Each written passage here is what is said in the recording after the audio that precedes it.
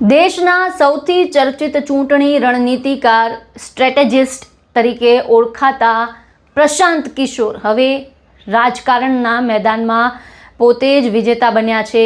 જી હા, જનસુરાજ પાર્ટીના સ્થાપક પ્રશાંત કિશોરે બિહારમાં જીત મેળવીને વિધાનસભામાં એન્ટ્રી છે તે પાક્કી કરી લીધી છે। પણ શું તમને ખબર છે કે પ્રશાંત કિશોરની આ રાજકીય સફરની શરૂઆત ગુજરાતથી જ થઈ હતી? એક સમયે યુનાઇટેડ નેશન્સમાં નોકરી કરતો બિહારનો યુવક કેવી રીતે ગુજરાતમાં આવ્યો અને નરેન્દ્ર મોદી સાથે કામ કરીને દેશનો સૌથી મોટો ચૂંટણી વ્યૂહરચનાકાર બન્યો, આ મુદ્દે જ વાત કરીશું આ વિડીયોમાં। નમસ્કાર, હું નીલમ ખારેચા, આપ જોઈ રહ્યા છો મહામંથન મંતવ્ય ન્યૂઝ। પ્રશાંત કિશોર અને તત્કાલીન ગુજરાતના મુખ્યમંત્રી નરેન્દ્ર મોદીની પ્રથમ મુલાકાત કોઈ રાજકીય કાર્યક્રમ નહીં પણ એક પબ્લિક હેલ્થ પ્રોજેક્ટના કારણે થઈ હતી। તે સમયે પ્રશાંત કિશોર સંયુક્ત રાષ્ટ્રના પબ્લિક હેલ્થ વિભાગમાં આફ્રિકા અને દક્ષિણ એશિયામાં કુપોષણ પર કામ કરતા હતા। તેમણે ભારતના વિવિધ રાજ્યોમાં બાળકો અને મહિલાઓના કુપોષણ અંગે એક વિગતવાર પોલિસી રિપોર્ટ તૈયાર કર્યો હતો, જેમાં ગુજરાતના આંકડાઓ અને સુધારાના સૂચન પણ સામેલ હતા। જ્યારે આ રિપોર્ટ તત્કાલીન મુખ્યમંત્રી નરેન્દ્ર મોદી સુધી પહોંચ્યો ત્યારે તેમણે તેમાં રહેલા ડેટા એનાલિસિસ અને સૂચનોમાં રસ દાખવ્યો અને પ્રશાંત કિશોરને ગાંધીનગર સ્થિત મુખ્યમંત્રી કાર્યાલયમાં ચર્ચા માટે આમંત્રિત કર્યા। આ મુલાકાત દરમિયાન પ્રશાંત કિશોરે માત્ર સમસ્યાઓ જ નહીં પણ ડેટાના આધારે તેના ઉકેલ પણ રજૂ કર્યા। તેમના વિશ્લેષણ કરવાની ક્ષમતા, વ્યૂહાત્મક વિચારસરણીથી નરેન્દ્ર મોદી ખૂબ પ્રભાવિત થયા હતા અને આ મુલાકાત પ્રશાંત કિશોરના જીવનનો સૌથી મોટો ટર્નિંગ પોઈન્ટ છે તે સાબિત થઈ। તેમણે યુએનની નોકરી છોડી અને ગુજરાતમાં નરેન્દ્ર મોદી સાથે જોડાઈ ગયા। વર્ષ 2011 અને 2012 દરમિયાન તેઓ ગાંધીનગરના મુખ્યમંત્રી નિવાસ સ્થાને જ રહેતા।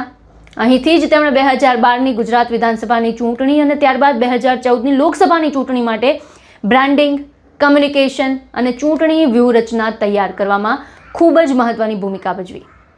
આ જ સમય દરમિયાન તેમણે આઈઆઈટી અને આઈઆઈએમના યુવાનોની એક પ્રોફેશનલ ટીમ છે તે તૈયાર કરી, જે આગળ જઈને સિટીઝન્સ ઓફ અકાઉન્ટેબલ ગવર્નન્સ તરીકે ઓળખાઈ।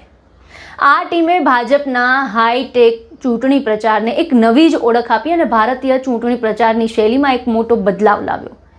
ભાજપથી અલગ થયા બાદ પ્રશાંત કિશોરે અનેક રાજકીય પક્ષો માટે ચૂંટણી વ્યૂહરચનાકાર તરીકે કામ કર્યું। તેમણે અનેક મુખ્યમંત્રીઓ અને રાજકીય પક્ષોને જીત અપાવવામાં મહત્વની ભૂમિકા ભજવી। ત્યારબાદ તેમણે પોતાની રાજકીય પાર્ટી જનસુરાજની સ્થાપના પણ કરી અને હવે બિહારની રાજનીતિમાં તે સીધા મેદાને ઉતર્યા। બાંકીપુરા બેઠક પરથી જીત મેળવીને પ્રશાંત કિશોર હવે વિધાનસભા સુધી પહોંચ્યા છે। એક સમય હતો જ્યારે તેઓ અન્ય પાર્ટીઓને જીતાડવાની વ્યૂહરચના બનાવતા અને આજે તેઓ પોતે જનતાનો વિશ્વાસ જીતીને ધારાસભ્ય બન્યા છે। આ જીત બાદ પ્રશાંત કિશોરે કહ્યું કે બિહારની રાજનીતિ માત્ર સત્તા મેળવવા માટે નહીં પણ રાજ્યના વિકાસ માટે હોવી જોઈએ। તેમણે બાંકીપુરાના વિકાસને પોતાની પ્રથમ પ્રાથમિકતા ગણાવી અને કહ્યું કે આગામી મહિનાઓમાં લોકો બદલાવ છે તેનો અનુભવ પણ કરશે।